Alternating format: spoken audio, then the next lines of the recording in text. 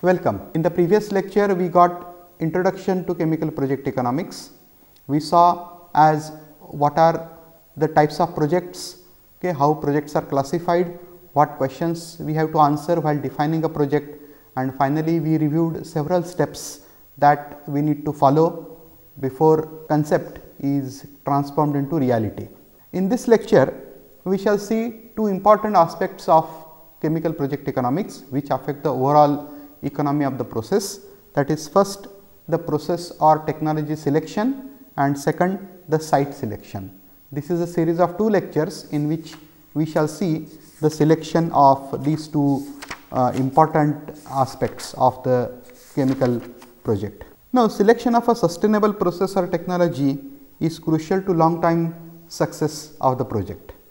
When we do routine financial calculations and try to evaluate the profitability of the process, such as return on investment or payback period or internal rate of return, all of these things we are going to see in greater detail when we start project cost estimation and profitability analysis. But I just mention here that what are the yardsticks or the criteria for evaluation of a process. These criteria are not enough. These are not the adequate indices of success of any project on long term basis. For instance, suppose we take a project for manufacturing ethyl tertiary butyl ether as an octane booster. Now, this has become important octane booster after the former octane booster tetraethyl lead was banned due to the pollution caused due to lead or toxicity of lead. This will become financially attractive over a longer time lifespan, so let us say 10 years, 15 years, only when the two raw materials that are required, that is ethyl alcohol and isobutylene, are available abundantly at a cheap rate. So, this is something called this particular aspect is not taken into account when we do, let us say, the return on investment analysis. Now, after we decide to go ahead with project implementation based on preliminary feasibility report that we saw in the previous lecture, we have the crucial task of selecting a particular process or technology. There might be more than one route available to manufacture a product under consideration. Moreover, there could be more than one process licensors which provide know-how or the detailed technology for that particular route. Now, example in this category will be that of phenol manufacture. Phenol could be manufactured in three principal ways: the Raschig process, where first chlorination of benzene takes place followed by hydrolysis. Then the second is decarboxylation of benzoic acid obtained from toluene.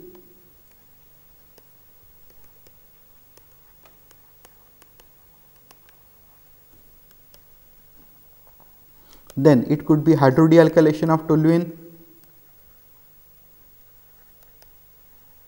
to manufacture benzene, and then benzene is further converted to phenol through other routes, or it could be the famous cumene process in which benzene undergoes alkylation with propylene to give cumene, and then the cumene is later on converted to phenol plus acetone.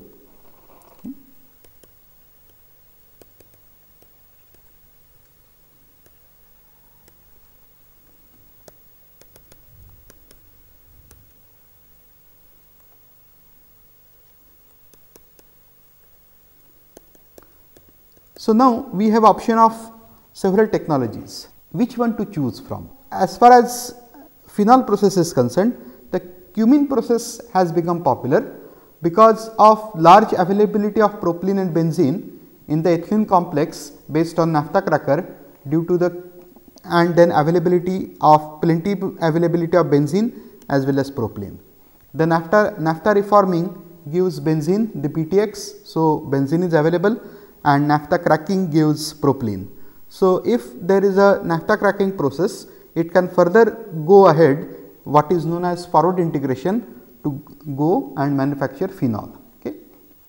Now, next question is selecting the process licensor. Many companies are available which provide the process license. So, you may opt for either one process licensor for the entire technology, or you may opt for one licensor that will give only cumene, and from cumene to phenol another process licensor. Okay. Therefore, the selection of process or technology is not a simple exercise. Okay. We shall evaluate here what are the criteria for selection of the process and the process licensor. Okay.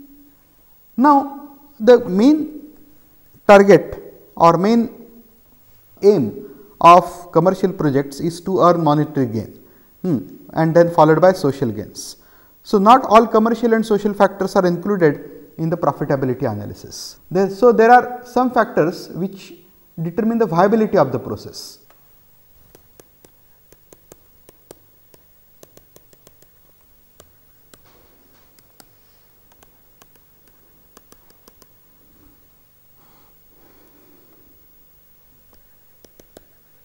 Whether the process is sustainable over a longer period of time, whether the raw material that is used in the process will be available over certain period of time, whether the raw material is locally available or it is imported. If it is imported, then what are the sources? What is the currency exchange rate with that particular country? So many factors come into picture. Therefore, it is always advised that the viability criteria should be evaluated first before the profitability criteria. So, the factors that directly related to profitability are profitability parameters, and the factors that do not appear in the profitability calculation, but still affect it significantly are viability parameters. And that point we note that viability determination is advised before profitability.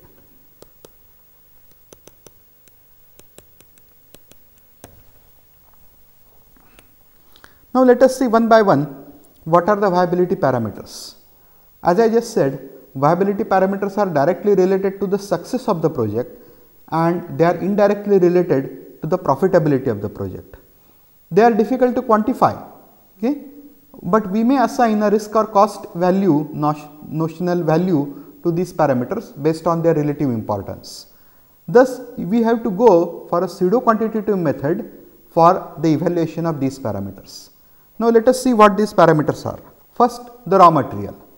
As I just said, that sustainable and cheap source of raw material is an important viability parameter. If the major raw material is imported, then we have to look for the import duty, that is not just today's duty, but the projected duty in future, various policies of the government, that is sometimes the government may impose restriction on import on certain goods, so as to promote the local manufacturing.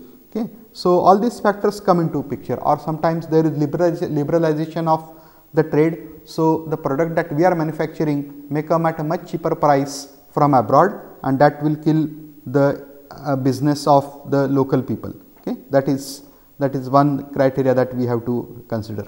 Okay.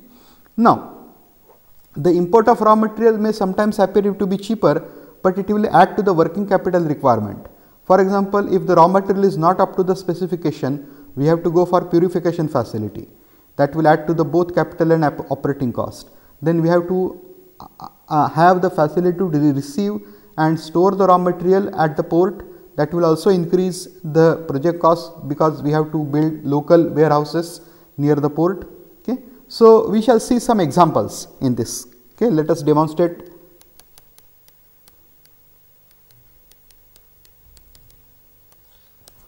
This particular aspect with certain examples. For example, polyvinyl chloride. Let us say the plant capacity is 300,000 tons per annum, okay, and PVC plant is based on ethylene and chlorine, and let us say the chlorine is locally available, but ethylene may have to be imported.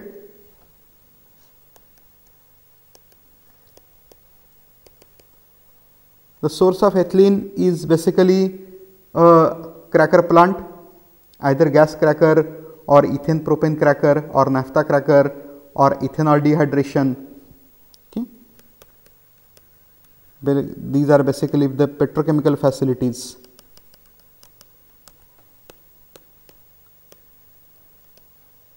Gas cracker, naphtha cracker,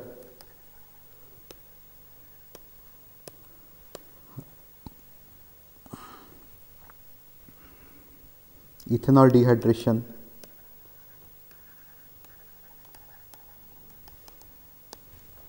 Now, if we do not have sufficient ethylene available, then it has to be imported. Now, imported ethylene has to be stored under cryogenic condition. The boiling point of ethylene is 169.4 Kelvin at atmospheric pressure.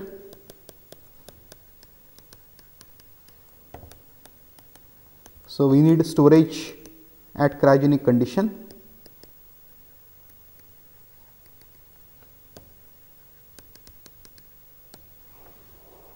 Therefore, we have to invest more capital for the storage. We have to build cryogenic tanks, we have to maintain cryogenic conditions in it, so the load on the refrigeration goes up.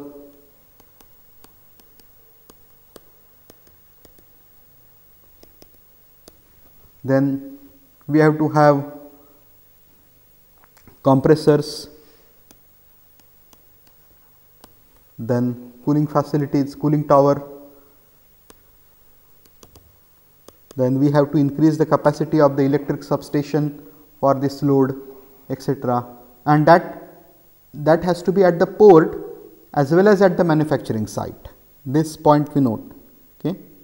Installation of storage facilities both at the port as well as at the manufacturing site.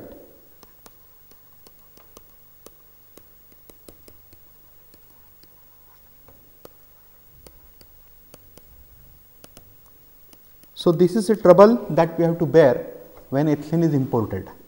Now, obviously, if the plant of polyvinyl chloride is located in the vicinity of a refinery where there is sufficient availability of ethylene throughout the year, then all of these costs are not incurred and therefore, the profitability of the process increases. But again we have to see as what is the durability of that particular. Is ethylene available throughout the year or only for particular period of the year? So, those issues we have to deal with.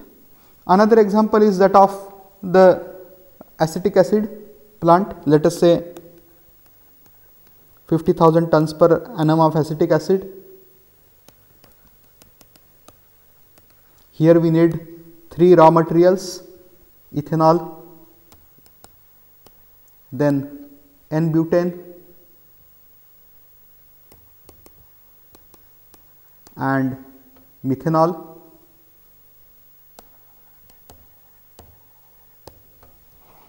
Now, ethanol, out of these 3, ethanol is the most abundantly available raw material. Okay. It is basically manufactured from renewable raw material and therefore, the supply is more or less assured. But however, for some reason if sustainable supply of alcohol is not guaranteed, then the project will recover a setback. Then the other raw material is N-butane. Now, N-butane is essentially recovered from the C4 fraction in the distillation in refinery. Okay. However, recovery of N-butane is sometimes cost prohibitive, okay, and therefore, we have to look for other sources that give N-butane. Methanol based route produces acetic acid via carbonylation of methanol. It means that we need carbon monoxide and methanol that is manufactured via syngas, okay, for producing acetic acid, the other route for acetic acid. After recovering carbon monoxide, maybe by pressure swing adsorption, the balance gas can be fed to methanol converter. So, you do steam reforming, then from steam reforming take out some CO and then balance gas you feed to the methanol converter. Therefore, methanol manufacturer can further go ahead with setting up of a large scale acetic acid project, okay, and because he has both carbon monoxide and methanol available at his location. So, he can go for the forward integration. However, in many cases these projects are not economically viable below a certain capacity. So, the economy of scale has to be taken into account, that point we note. Okay. Economy of scale affects the forward integration or affects the profitability as well as viability of forward integration.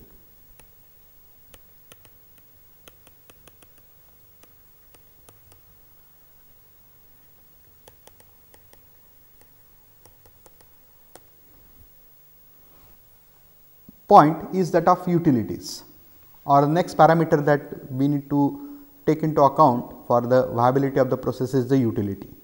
Now, utilities are characterized as basic and applied utility. Basic utilities are water, power, air, fuel, refrigerant. Applied utilities are steam, cooling and chilled water, heat transfer fluid or glycol brine. Okay. Now, out of these, the utmost essential utility are water and electricity, and both of which are getting scarce due to rise in population and industrialization. Therefore, a company has to look for their own sources of water and electricity instead of depending on the state electricity board or state water supply. The state electricity board may not be able to in a position to meet the demand of power. Therefore, the project owner may have to put up his own captive power generation plant or cogeneration facility within the project to meet the demand of the power. In most of the new refineries and petrochemical plant, captive power plants are very common. Some of the generated power is used for captive consumption and rest of the power is sold to either government or directly to the people, and that brings in significant amount of revenue, additional revenue. Okay. However, this alternative calls for extra capital and operating expenditure. And remember, it is not only the availability of the power, but uninterrupted continuous supply of power that is equally important. So, if a company is getting discouraged for setting up their own power plant because of capital investment, they need to take into account that such captive power generation and consumption is going to increase their self-reliance of power. Okay. Similarly, demand for water. It can be partly met with the novel concept of recycling water in the plant after treating the aqueous effluent. Some projects have already been commissioned to recover good quality of water from domestic aqueous effluent originating from the city. If the water quality is not good, for example, it has high fluoride content or high silica content, we need to go for special treatment facility, which may increase the project cost and operating cost. However, they increase the viability of the project, making it less reliant on external sources. Large projects which are based near the seashore can think of desalination of seawater with reverse osmosis or similar kind of thing as a possible source of water. That would add, of course, to the capital and operating cost, but also give self-reliance to company. The next issue is that of safety, health and environment. It is the acronym of this is SHE. Compliance toward the SHE is mandatory. For statutory clearance, the environmental impact assessment studies and environmental audit are mandatory. We have to take into account the hazard analysis, abbreviation HAZAN, and hazard operability, that is HAZOF studies to predict the extent of damage if accident takes place. Inherently safe processes are preferred over the traditional processes. Then, well, there are several examples in this category. Okay, first is that of manufacture of methyl methacrylate. Isobutene is the preferred raw material, new raw material. Alternate cheap process is acetone based process, in which the acetone reacts with hydrogen cyanide, which is a deadly poison, to yield acetocyanohydrine, which further reacts with methanol and sulfuric acid to produce methyl methacrylate. However, the new process is much eco-friendly because it does not involve any poisonous material. Okay, it is inherently safe due to isobutene. Similarly, to produce absolute alcohol, dehydration of alcohol by molecular sieve technique is a preferred technique to the old process of using benzene as internal because of the health related issues. Benzene is carcinogenic. For the same reason, the butane based malic anhydride process is preferred instead of using butane based process for Mulligan anhydride is preferred over benzene process because of carcinogenity of the benzene. While selecting a process, we have to select, we have to estimate the quality and quantity of effluent that is generated, okay, during the process. Now, example in this category is that of propylene oxide manufacture. The classical chlorohydrin process generates large quantities of aqueous waste streams that contain calcium chloride. This necessitates the location of plant near a seashore, because where you will dispose of this calcium chloride, okay, so that the saline water is discharged into deep sea. Okay. The alternate oxygen process uses isobutane and ethyl benzene at the feedstock, and the effluent is essentially CaCl2 free. In addition, this process produces valuable co-products, that is tertiary butanol or phenyl methyl carbinol. So, both of these add additional revenue to the propylene oxide plant. The next factor is that of simplicity of the process. How do you define the simplicity? Process is essentially several unit processes and unit operations linked after one another. Like you first have the purification of raw material, then heating of raw material if it is a energy intensive process, then the reaction, then cooling, then throttling if it is a high pressure process, then separation through distillation. So, all of these operations are linked one after another. So, a process that involves minimum unit operations and unit processes is desirable.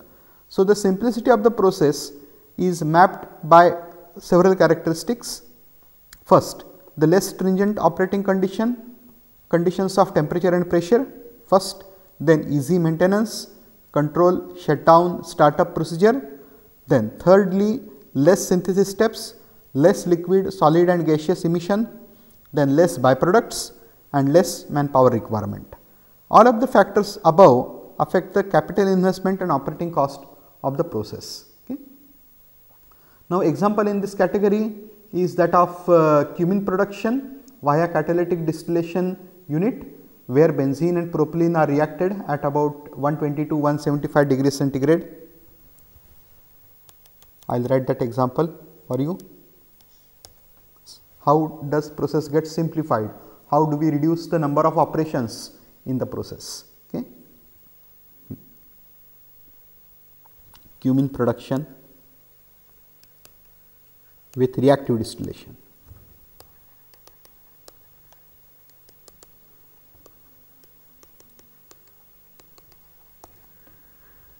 Benzene plus propylene, they are reacted at temperature 120 to 175 degrees centigrade over a zeolite based catalyst.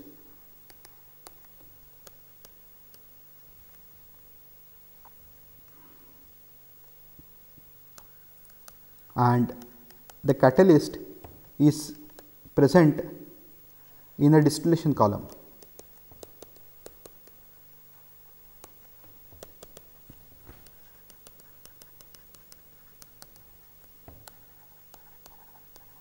So, as the products form, they are continuously removed from the reaction zone by distillation. Thus, the reaction, that is the unit process, and product separation by distillation, that is another unit process or unit operation, are combined in a single operation, that is called as reactive distillation. And the product yield increases because of continuous removal of the product, that shifts the or the forces the reaction to the product side, and therefore, yield increases by about 5 to 6% than compared to the previous or conventional reaction, and also it saves certain amount of energy. Okay. So, those points all we note.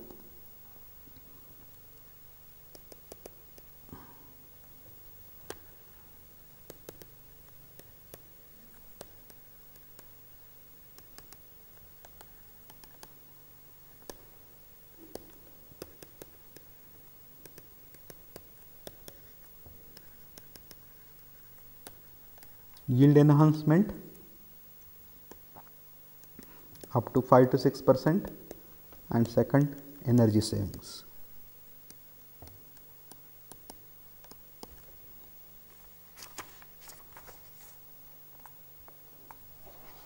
Then another example that can be given for the less severe condition is that of the low pressure oxo process.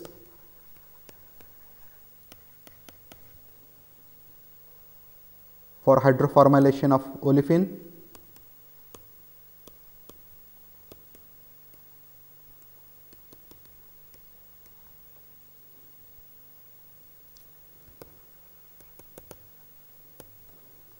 In one process, propene is used as the raw material, which is converted to butyraldehyde,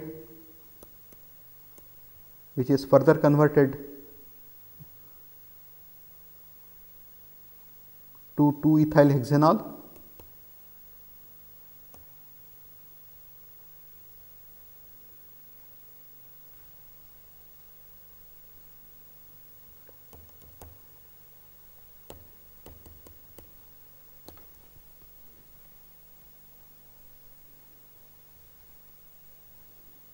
Now, the previous process that was used, the previous oxo process had significantly high pressure. Okay.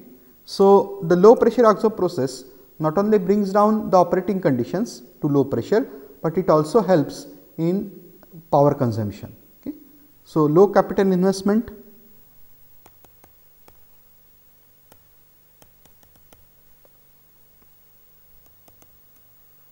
both for reactor and accessories such as instrumentation and piping.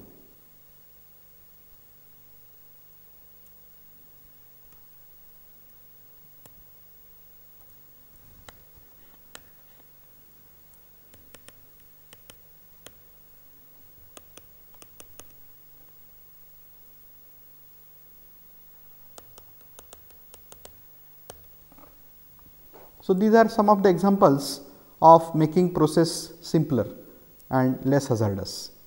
Then the next criteria is that of having a backup facility.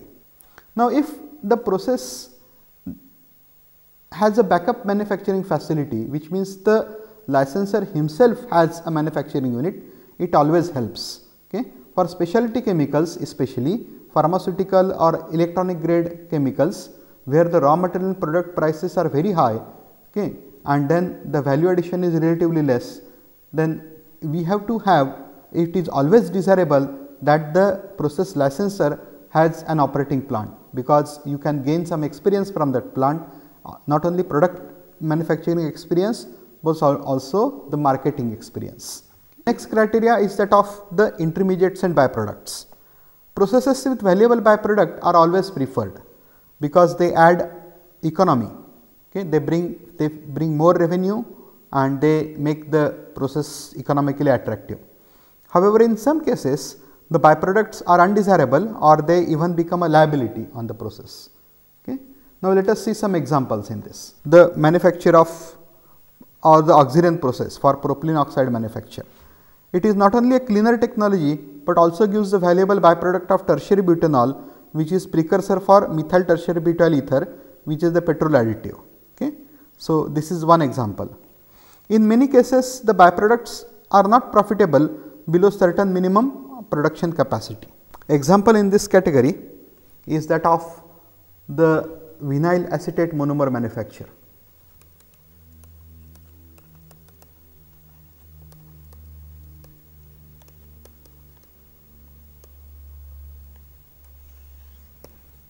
Here we have two routes. One route is based on acetaldehyde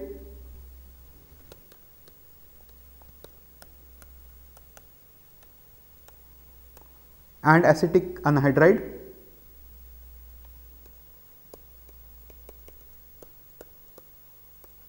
and the second route is that of ethanol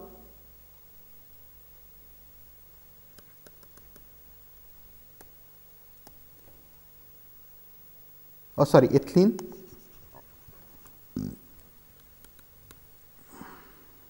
and acetic acid.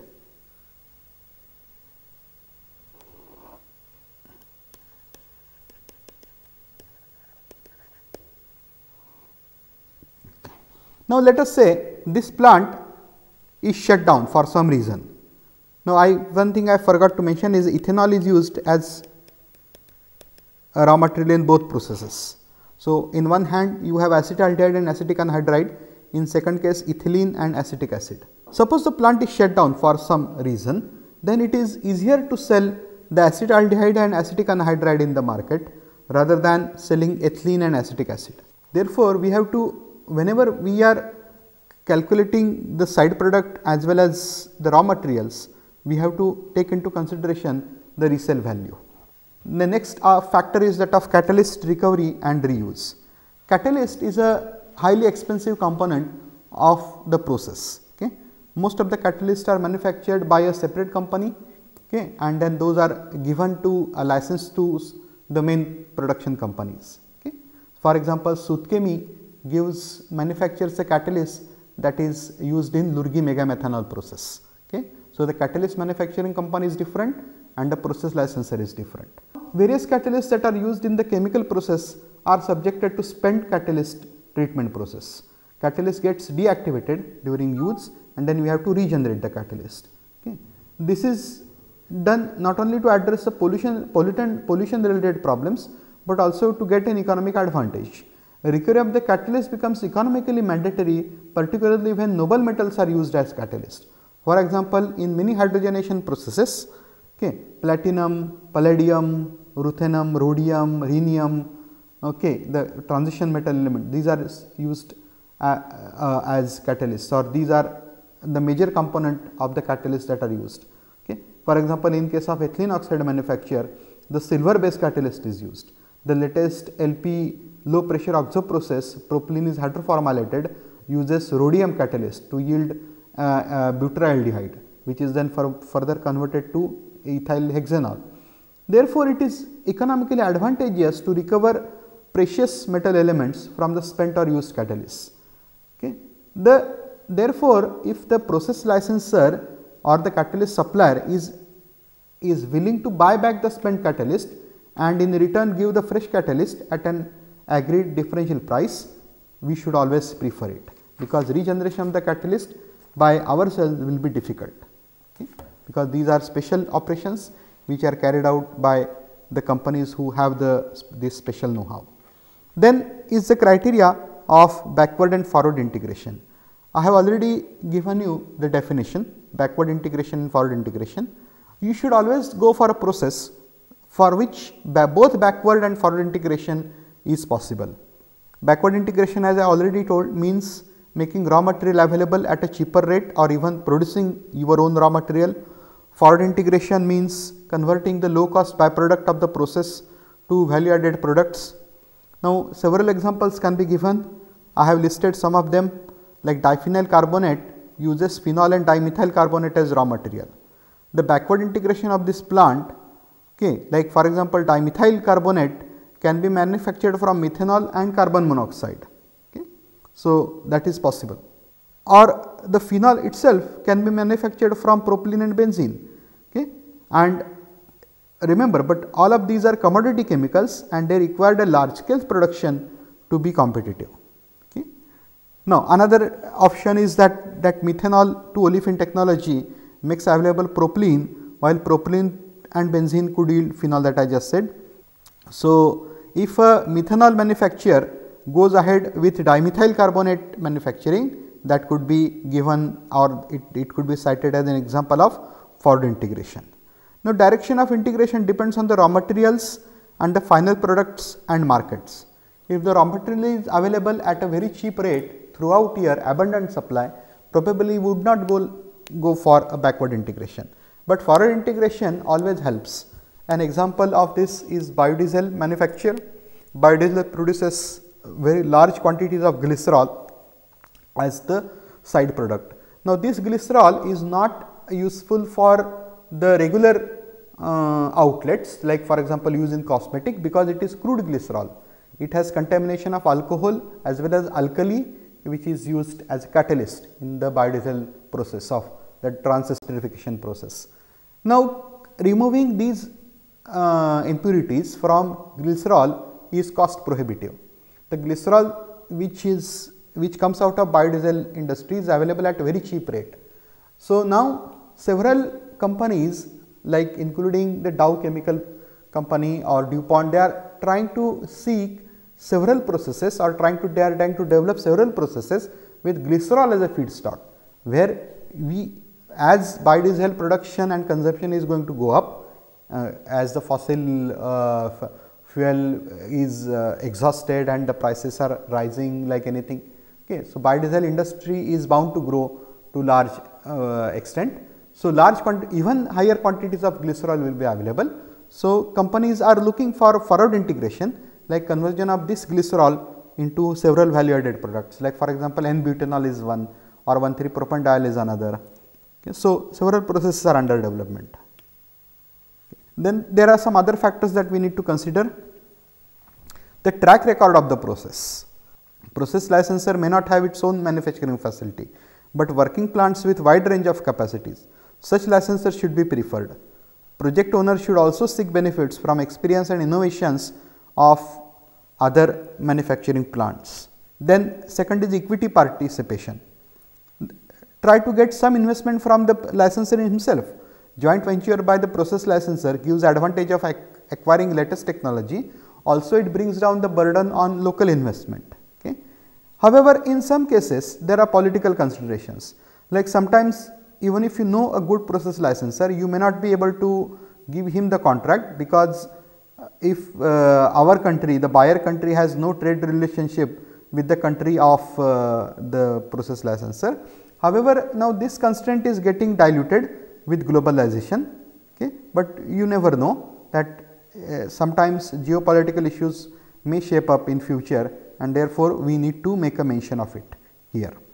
Okay. So, these were the viability parameters of the process. Now, let us see what are the profitability parameters. Some of these I already mentioned, like return on investment or payback period. Okay. So, these are the profitability parameters, but let us see how we can quantify profitability. Profitability of any process or technology can be quantified through certain parameters affecting the fixed capital investment and the operating cost. The basic relationship between selling price, or you can also say transfer price, if the product that you are going to manufacture is an intermediate and not the direct final product which goes in the hands of consumers.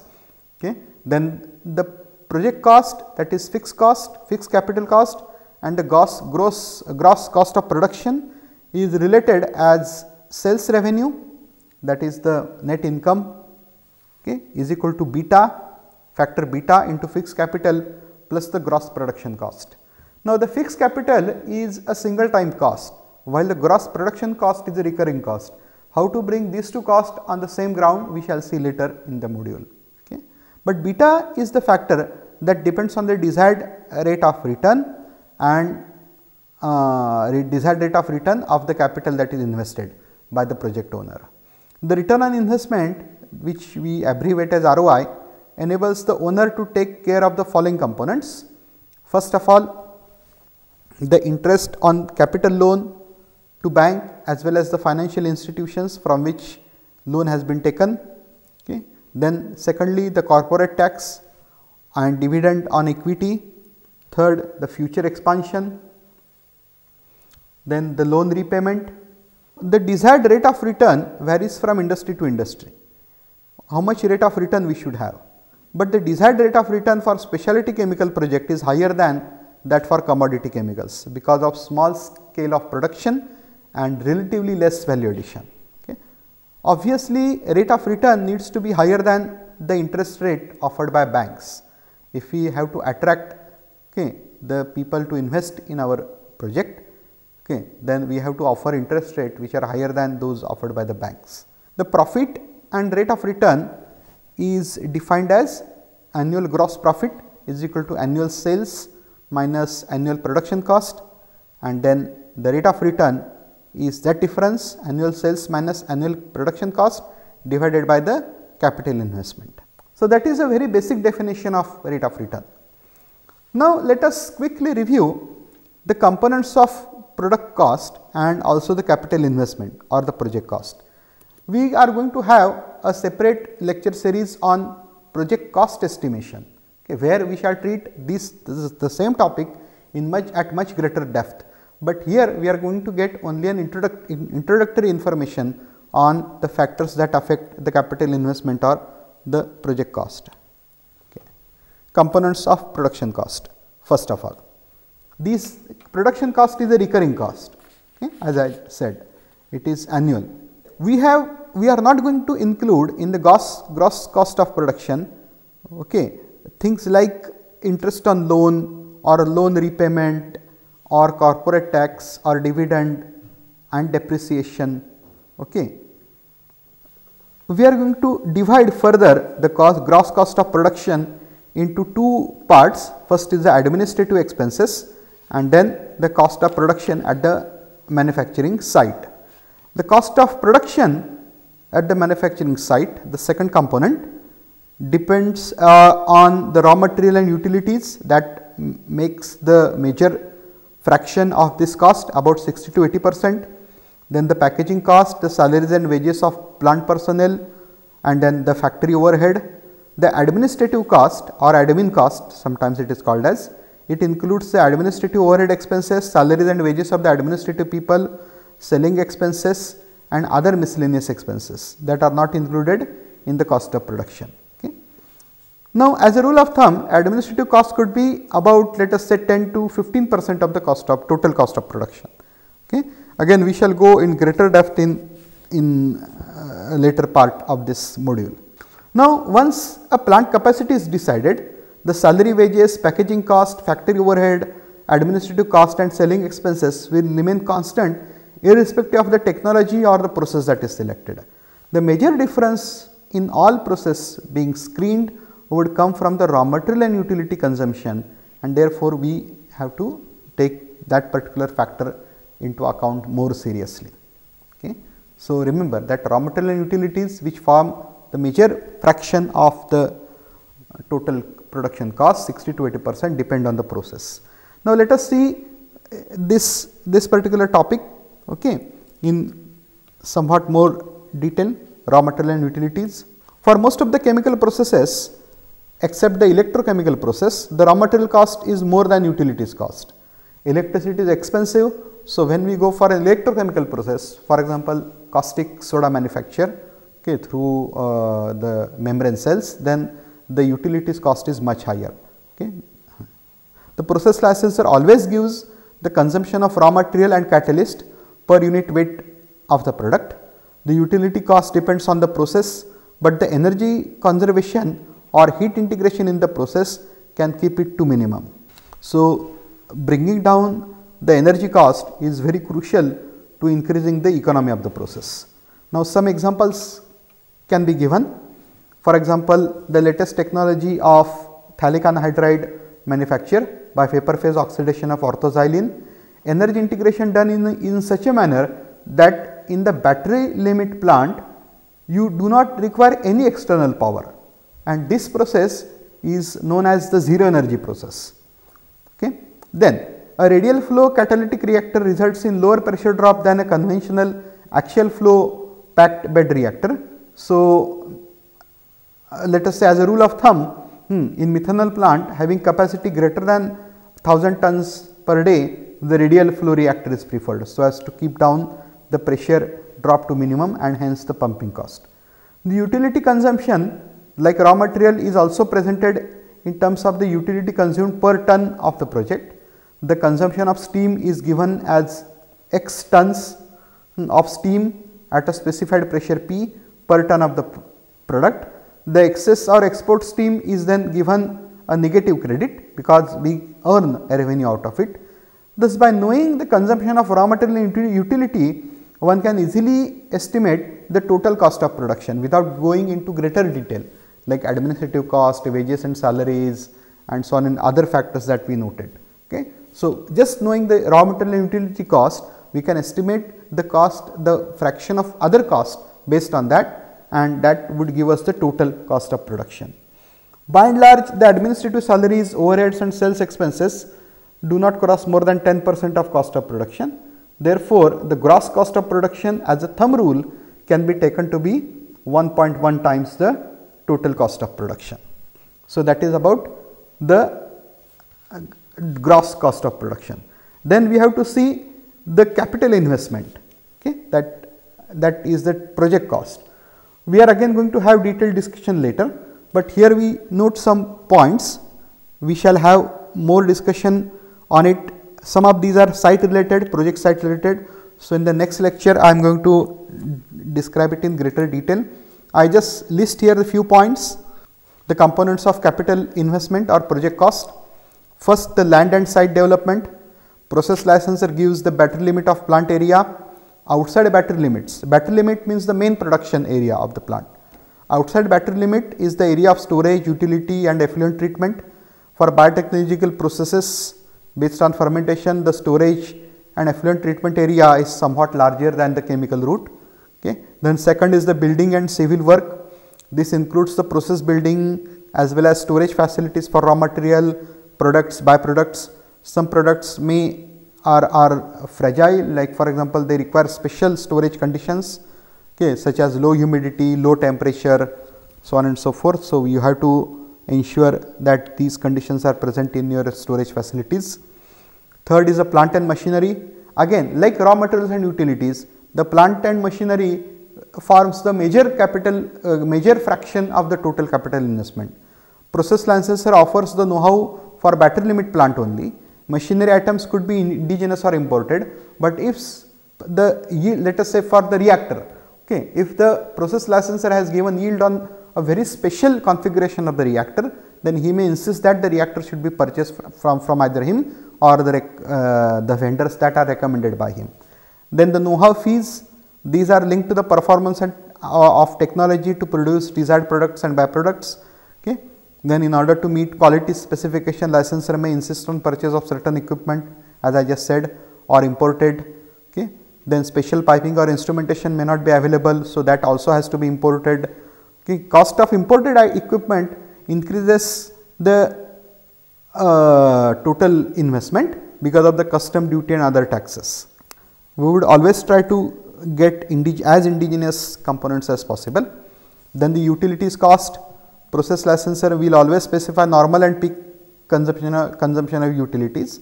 We have to set up basic equipment like steam boiler, then effluent treatment plant, so on and so forth. Okay. So, that is another, or we have to go for heat integration. Heat integration itself causes investment. For example, you can heat integrate 2 distillation columns, so that the vapors that condense in the condenser of one column may drive the reboiler of second column. But in order to do that, you have to compress vapors. Okay. So, cost of compressor is added. Okay. So, energy integration gives you an advantage, but at added capital investment. So, that point we need to know. Then the effluent treatment. Effluent treatment is another major cost component. We would like to go for as low discharges as possible. Zero discharge processes that generate no solid, liquid or gaseous waste are preferred. Then recovery of valuable chemicals from waste should be given priority. Recovery of organic acids such as acetic acid, propionic acid, solvent extraction followed by steam stripping. Then of course, all of these are going to add to capital cost also, but they give certain benefits in terms of less energy consumption. Then know-how and engineering cost. The process licensor charges fees for providing know-how with basic engineering package. For very large projects, this also includes the fee of training of personnel and construction supervision. Then pre-operative expenses.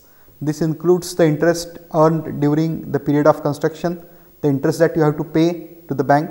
This is typically 15% of the cost. Then contingencies, these are for unforeseen requirements, problem and hurdles due to plant construction operation. This is estimated typically at 10% of capital investment. And finally, the margin money. Okay, this is about 25% of the working capital that covers the inventories and raw materials, utilities, finished products, salaries, wages. So, having done this, having defined process profitability parameters as well as viability parameters, in the next lecture we shall see as how we can quantify these parameters and grade different processes that are available with us, and then go for the best possible technology selection. Then in the next lecture we shall also see how we can select a particular site for the project or what criteria we have to apply for the site selection.